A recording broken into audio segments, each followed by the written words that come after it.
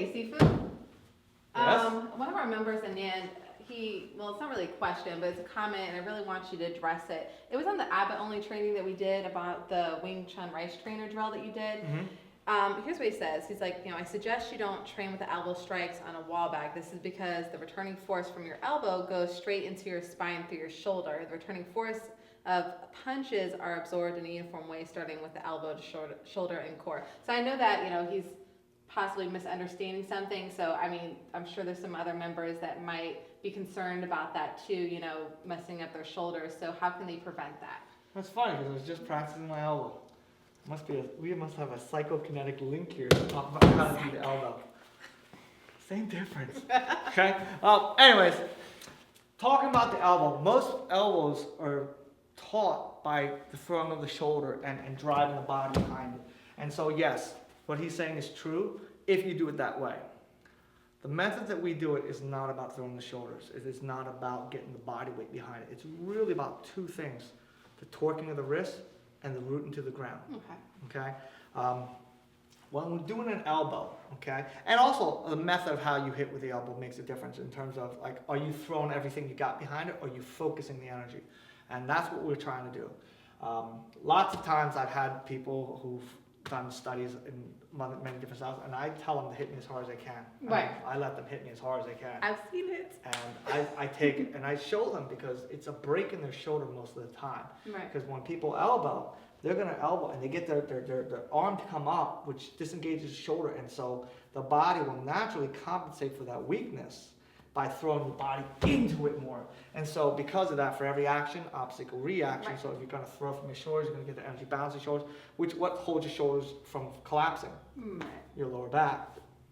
It's what you use to drive your shoulders forward, and that's why you wind up feeling your lower back, and you can hurt your spine because of that. And I'll agree with that. I definitely agree that what he's saying is true, but that's not how we elbow. What he's saying does not apply to us. Right, it's not the no deck now way of going about it. And our way is much safer, it's faster, it's more powerful, and using less energy. It's like, how can that be? Well, if you just think, if you're 100% power, and at 100% you hit, say, 200 pounds of pressure at 100%, but you're so inefficient that you're only hitting at 30% efficiency because you're throwing so much, and so it's not really focused, it's just driving. So you're actually only hitting about 60 pounds of pressure at 100% of energy. Right. You're better off learn how to focus 100% of your energy to go forward.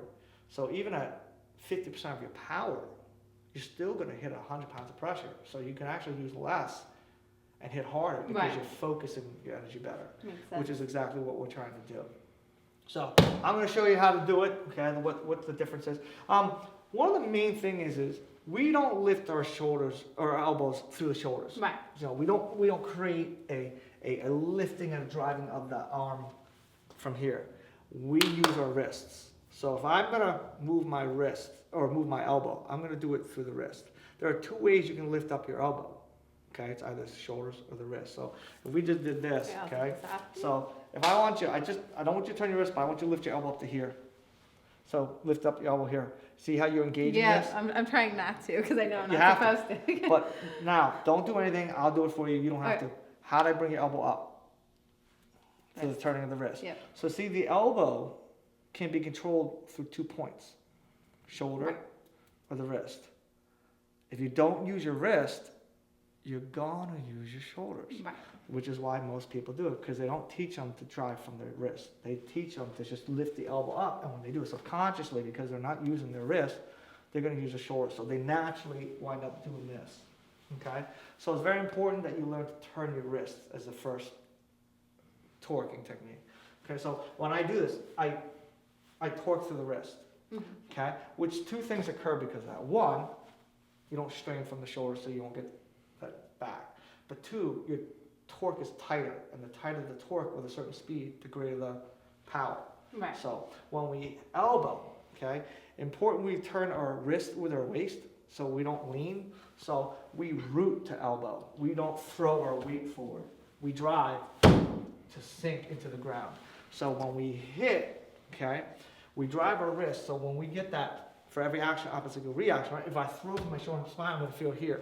But that's not the case because we're going to drive it to the wrist. So when we hit and we feel the energy come back, we want to get the energy to go forward towards our hand. So I can hit and generate that coming forward towards the hand, which is perfect because even when I hit like this, I can use my hands to come back because I drove it to my hand. But if I drive from here, I feel that bounce is going to bounce me back. I can see so it you can see if I do this, you can see it come back, right? But if I do this, you don't see me bounce. You see the root, which is how you want to elbow. Plus, you don't have to have much space too. So I can be from here and elbow very close. Whereas I'm using my shoulders, you can see it's a much bigger motion. So if we're elbowing, we're just going to keep that tight turn. And again, I always tell people, think of palming towards the pad, but then turn it towards your center. And so that pivoting towards the center, and don't swing your hand to the side, so our hands don't swing side, it goes to the center.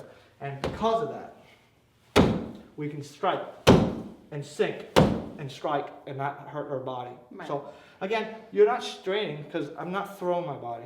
I'm using the body. I'm turning it. I'm not throwing. Throwing your body means more mass. More mass means more energy. Torquing is just turning. It's not really moving and shifting. So you're just torquing and using the wrist to drive the energy.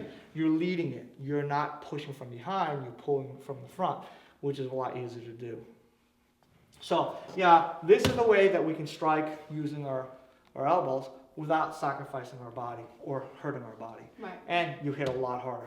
A lot harder. So using your wrist and your waist, it's that wrist, right? Right. That we talk about in the No Deck Nah system book. So if you haven't got the ebook, whoever's watching this, make sure you grab that and read that because there's a lot of good information in there.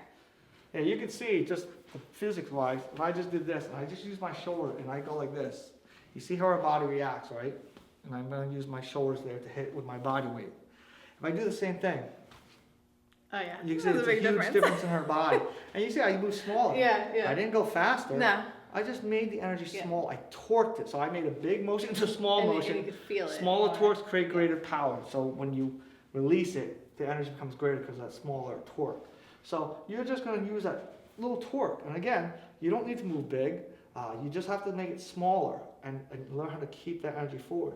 And you can see I'm not really having to throw as much body weight behind, but you can tell the energy difference. Oh yeah, no, I can feel it, and I think you guys can see it. It was much more jarring. Right, and you don't see me throwing harder. It's not like I went like, and I went, bah, and threw more behind it. You can see the same energy at the same speed here. Right.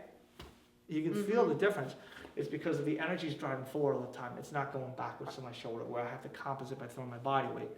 I drove through the torque of the wrist to keep the energy driving forward without having to throw my body behind it, which causes that delay, which is why you always feel it go back to your spine because of that. All right.